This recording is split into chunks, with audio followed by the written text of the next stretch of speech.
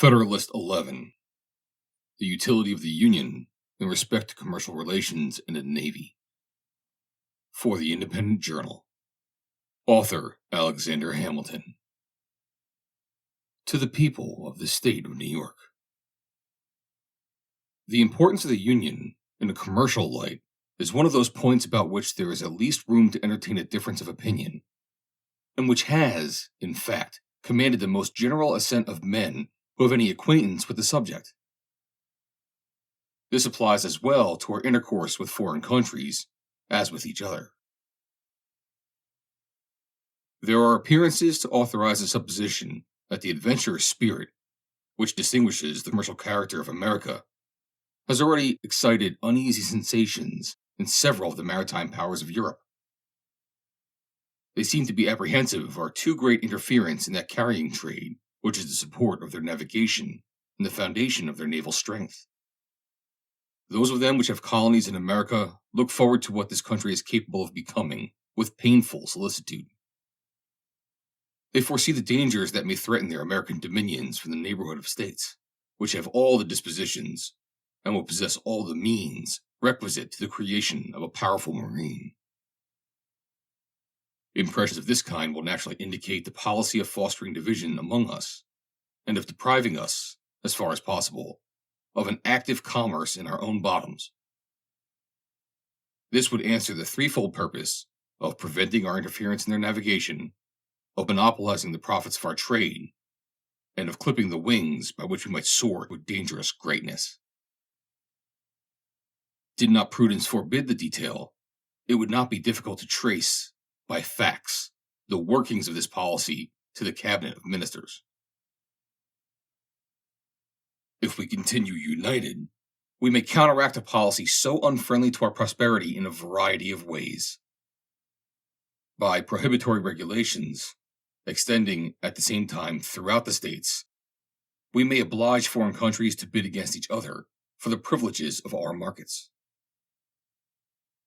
This assertion will not appear chimerical to those who are able to appreciate the importance of the markets of 3 millions of people, increasing in rapid progression, for the most part exclusively addicted to agriculture, and likely from local circumstances to remain so, to any manufacturing nation, and the immense difference there would be to the trade and navigation of such a nation between a direct communication in its own ships and an indirect conveyance of its product and returns to and from America in the ships of another country. Suppose, for instance, we had a government in America capable of excluding Great Britain, with whom we have at present no treaty of commerce, from all our ports. What would be the probable operation of this step upon our politics? Would it not enable us to negotiate, with the fairest prospect of success, for commercial privileges of the most valuable and extensive kind in the dominions of that kingdom? When these questions have been asked upon other occasions, they have received a plausible, but not a solid or satisfactory answer. It has been said that prohibitions on our part will produce no change in the system of Britain, because she could prosecute her trade with us through the medium of the Dutch, who would be her immediate customers and paymasters for those articles which were wanted for the supply of our markets. But would not her navigation be materially injured by the loss of the important advantage of being her own carrier in that trade? Would not the principal part of its profits be intercepted by the Dutch as compensation for their agency and risk? Would not the mere circumstance of fright occasion a considerable deduction? Would not so circuitous an intercourse facilitate the competitions of other nations by enhancing the price of British commodities in our markets, and by transferring to other hands the management of this interesting branch of British commerce? A mature consideration of the objects suggested by these questions will justify a belief that the real disadvantages to Britain from such a state of things, conspiring with the prepossessions of a great part of the nation in favor of the American trade, and with the importunities of the West Indies Islands, would produce a relaxation in her present system, and would let us into the enjoyment of privileges in the markets of those islands elsewhere from which our trade would derive the most substantial benefits. Such a point gained from the British government, and which could not be expected without an equivalent in exemptions and immunities in our markets, would be likely to have a corresponding effect on the conduct of other nations, who would not be inclined to see themselves altogether supplanted in our trade. A further resource for influencing the conduct of European nations toward us, in this respect, would arise from the establishment of a federal navy. There could be no doubt that the continuation of the Union under an efficient government would put it in our power, at a period not very distant, to create a navy which, if it could not vie with those of the great maritime powers, would at least be of respectable weight if thrown into the scale of either of two contending parties.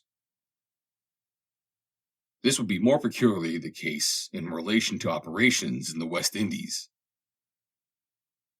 A few ships of the line, sent opportunely to the reinforcement of either side, would often be sufficient to decide the fate of a campaign, on the event of which interests of the greatest magnitude were suspended. Our position is, in this respect, a most commanding one. And if to this consideration we add that of the usefulness of supplies from this country in the prosecution of military operations in the West Indies, it will readily be perceived that a situation so favorable would enable us to bargain with great advantage for commercial privileges. A price would be set not only upon our friendship, but upon our neutrality. By a steady adherence to the Union, we may hope, ere long, to become the arbiter of Europe in America, and to be able to incline the balance of European competitions in this part of the world as our interest may dictate. But in the reverse of this eligible situation, we shall discover that the rival ships of the parts would make them checks upon each other, and would frustrate all tempting advantages which nature has kindly placed within our reach. In a state so insignificant, our commerce would be prey to the wanton intermeddlings of all nations at war with each other, who, having nothing to fear from us, would with little scruple or remorse supply their wants by depredations on our property as often as it fell in their way. The rights of neutrality will only be respected when they are defended by an adequate power. A nation, despicable by its weakness, forfeits even the privilege of being neutral. Under a vigorous national government, the natural strength and resources of the country, directed to a common interest, would baffle all the combinations of European jealousy to restrain our growth. The situation would even take away the motive to such combinations, by inducing an impracticability of success. An active commerce, an extensive navigation, and a flourishing marine would then be the offspring of moral and physical necessity. We might defy the little arts of the little politicians to control or vary the irresistible and unchangeable course of nature. But, in a state of disunion, these combinations might exist and might operate with success. It would be in the power of the maritime nations, availing themselves of our universal impotence, to prescribe the conditions of our political existence, and as they have a common interest in being our carriers, and still more in preventing our becoming theirs, they would, in all probability, combine to embarrass our navigation in such a manner as would in effect destroy it, and confine us to a passive commerce. We should then be compelled to content ourselves with the first price of our commodities, and see the profits of our trade snatched from us to enrich our enemies and persecutors. That unequaled spirit of enterprise, which signalizes the genius of the American merchants and navigators, and which is in itself an inexhaustible mine of national wealth, would be stifled and lost, and poverty and disgrace would overspread a country which, with wisdom, might make herself the admiration and envy of the world. There are rights of great moment to the trade of America, which are rights of the Union.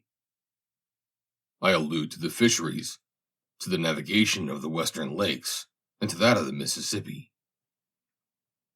The dissolution of the Confederacy would give room for delicate questions concerning the future existence of these rights, which the interest of more powerful partners would hardly fail to solve to our disadvantage.